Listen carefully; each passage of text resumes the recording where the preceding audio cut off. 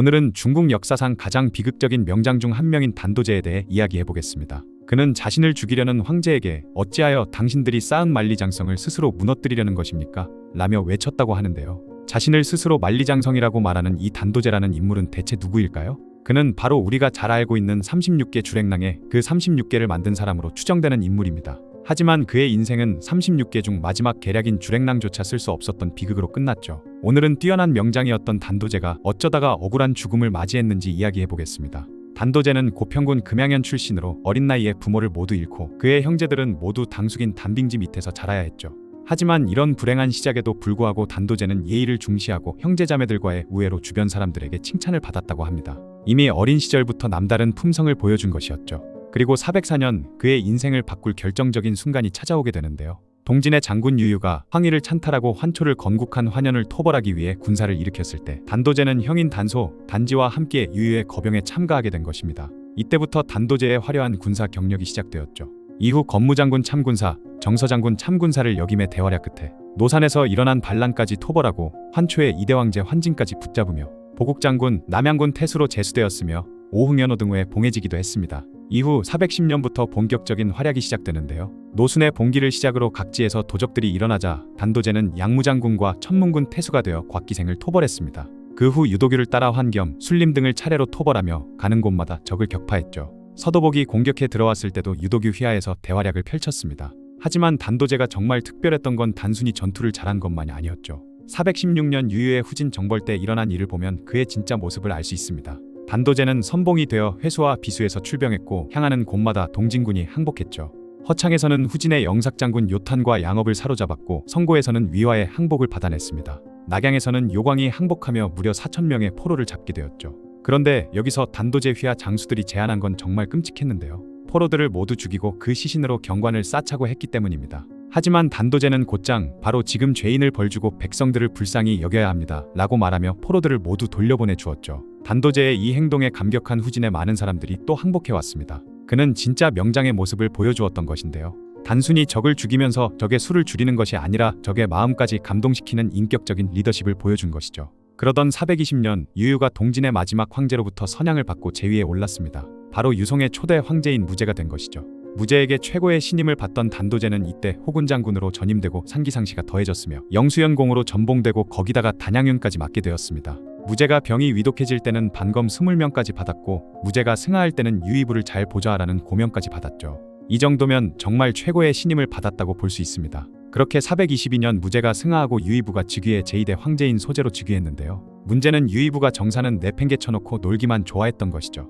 심지어 무고한 사람을 채찍으로 때리는 것을 재미로 삼고 후원에서 주막을 열어 술장사를 하기까지 한 암군의 모습을 보였던 것입니다. 그리고 소제는 단도제를 남현주 자사로 전출시켜 버리기까지 했죠. 그런데 1년 후인 423년에 북위군이 동양성에서 청주 자사 축기를 포위하는 사건이 발생하자 단도제는 이를 토벌하기 위해 동양성으로 출병했는데요.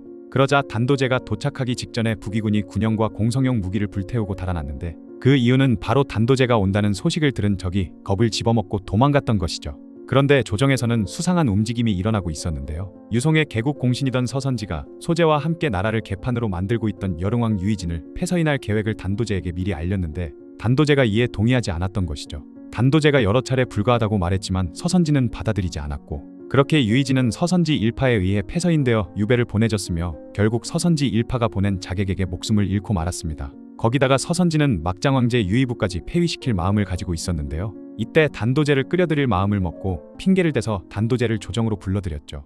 단도제가 건강에 도착했을 때 서선지는 유의부 폐위 계획을 알렸고 단도제는 하는 수 없이 모른 척하기로 했던 것입니다. 흥미로운 건 유의부의 폐위를 앞두고 일어난 일인데요. 단도제는 거사를 치르기 전까지 영군장군인 사회와 함께 영군부에 들어가 머물렀는데 사회는 긴장해서 잠을 이루지 못했지만 단도제는 깊이 잠들어 있었던 것이죠. 이때 사회는 배짱이 있고 담이 큰 단도제를 보고 탐복했다고 합니다. 이후 서선지 일파는 역시나 후원에서 술 마시며 놀고 있던 유의부를 공격해 폐위시켰고 그렇게 의도왕 유의룡이 다음 황제인 문제가 되었습니다. 그런데 제위에 오른 문제는 3년 후인 426년 서선지, 불양, 사회가 형님들을 죽인 죄행을 공개하고 그들을 주사라라는 명을 내렸는데요. 결국 서선지는 스스로 목숨을 끊었고 불양은 처형되었으며 사회는 형주군을 이끌고 반란을 일으켜버렸죠. 이때 단도제는 도원지의 후속 부대로 사회를 토벌하기 위해 출진하게 됐습니다. 그런데 이때 재미있는 일화가 있는데요. 문제의 유희룡이 도원지와 단도제를 파견할 때 단도제에게 계책을 물었는데 단도제는 이렇게 대답했죠. 소신이 옛날 사회와 함께 북벌에 종군하며 관중에 입성할 10가지 계책 중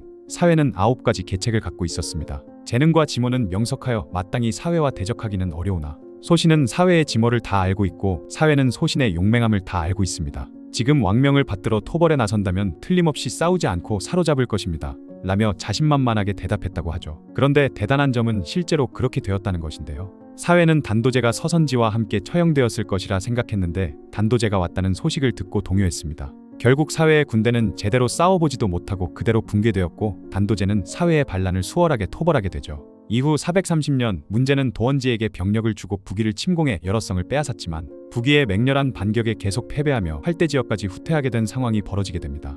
이에 단도제는 도독정 토제군사가 되어 출병하게 되죠. 이후 북위의 숙성건과 만났을 때 이를 물리쳤고 시렵고결과의 전투에서도 그를 격파하며 활약했지만 결국 활대가 함락돼서 철군할 수밖에 없었는데요. 하지만 이 과정에서 보여준 단도제는 정말 뛰어난 지휘 능력을 발휘하며 큰 타격 없이 후퇴할 수 있었죠.